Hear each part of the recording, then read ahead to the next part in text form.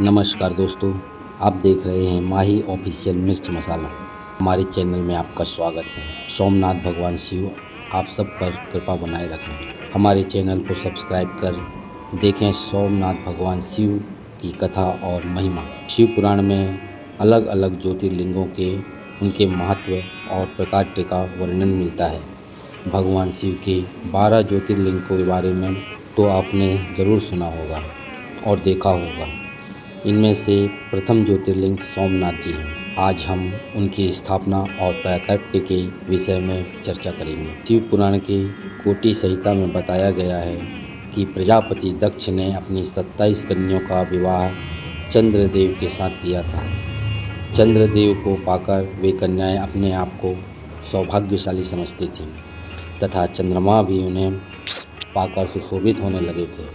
उन सब में रोहिणी नाम की कन्या चंद्रमा को सबसे अधिक प्रिय थी।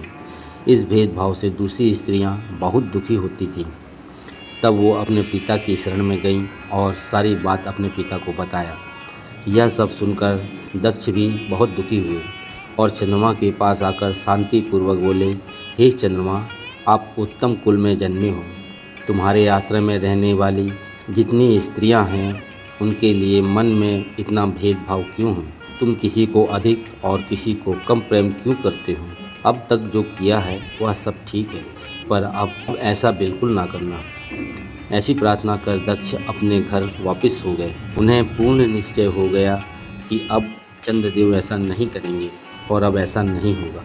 पर चंद्रमा अपनी सौंदर्य के चलते उनकी बात नहीं मानी। वे रोहिणी में इतना आसक्त थे कि कभी किसी भी पत्नी का आदर नहीं करते थे। दक्ष को पता लगते ही फिर से आकर उनको समझाया, पर चंद्रमा समझने को तैयार नहीं थे।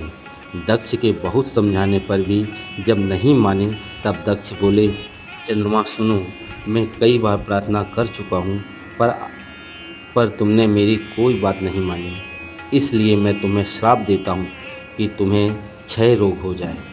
दक्ष के इतना कहते ही चंद्रमा क्षय रोग से ग्रस्त हो गए। उनकी क्षीण होते ही उस समय सब ओर हाहाकार मच गया।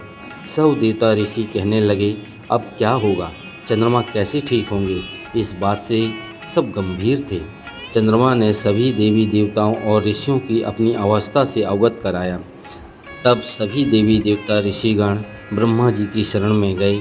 उनकी बात सुनकर ब्रह्मा जी ने कहा, हम दक्ष के श्राप को तो नहीं काट सकते, पर उनके निवारण के लिए एक उपाय बताता हूँ। चंद्रमा देवी देवताओं और ऋषियों के साथ सुभाष नामक क्षेत्र में जाएं और वहाँ महामृत्युंजय का विधि पूर्वक अनुष्ठान करते हुए भगवान शिव की आराधना करें। अपने सामने शिवलिंग की स्थापना करके वहाँ चंद्रदेव नित्य तपस्या करें। इससे प्रसन्न होकर भगवान शिव उन्हें क्षय रोग से मुक्त कर देंगे। तब चंद्रमा ने वहाँ जाकर 6 महीने तपस्या की। 10 करोड़ का जाप और मृत्युंजय मंत्र का ध्यान करते हुए चंद्रमा वहाँ एकाग्र मन से लगातार खड़े रहे। उन्हें तपस्या करते देख निर्मल हृदय वाले भगवान शिव उनके सामने प्रकट हो गए और अपने भक्त चंद्रमा से कहा, चंद्रदेव, तुम्हारा कल्याण हो। तुम्हारे मन में जो इच्छा हो वो वर मांग सकते हो। मैं तुम्हें उत्तम वर प्रदान करूँगा। तब चंद्रमा बोले, हे देवेश्वर, आपके लिए क्या असाध्य है? हे प्रभु, मेरे इस शरीर का क्षय रोग का निवारण कर दीजिए। मुझसे जो अपराध हो गया है उससे मुझे क्षमा कर दीजिए। फिर शिव जी ने कहा, एक पक्ष में तुम्हारी प्रतिदिन कला क्षीर्ण होती रहेगी और दूसरे पक्ष में निरंतर बढ़ती रहेगी। उस क्षेत्र के महत्व को बढ़ाने तथा चंद्रमा के यश का विस्तार करने के लिए भगवान शंकर उन्हीं के नाम से वहीं स्थापित हो गए। तब से ही भगवान शिव सोमनाथ के नाम से तीनों लोकों में विख्यात हो गए। सोमनाथ के दर्शन व उपवास करने से क्षय रोग अथवा अन्य रोग दूर हो जाते हैं। तीनों लोकों के स्वामी भूतल को पवित्र करते हुए प्रवास क्षेत्र में विद्यमान हो गए। सोमनाथ का मंदिर गुजरात के सौराष्ट्र क्षेत्र से वेरावल के पास समुद्र तट के किनारे स्थित है। वहीं संपूर्ण देवी देवताओं ने सोम कुंड की स्थापना की, जिसमें भगवान शिव और ब्रह्मा का सदा निवास रहता है। चंद्रकुंड पापनाशक कुंड है। जो मनुष्य उसमें स्नान करता है वो पाप मुक्त हो जाता है।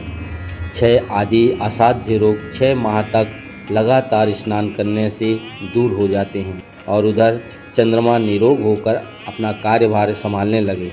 इस तरह सोमेश्वर लिंग की स्थापना हुई। आज के लिए बस इतना ही। जाने से पहले लाइक करें और सब्सक्राइब जरूर करें। तब तक के लिए जय सोमेश्वर, जय भोलेनाथ।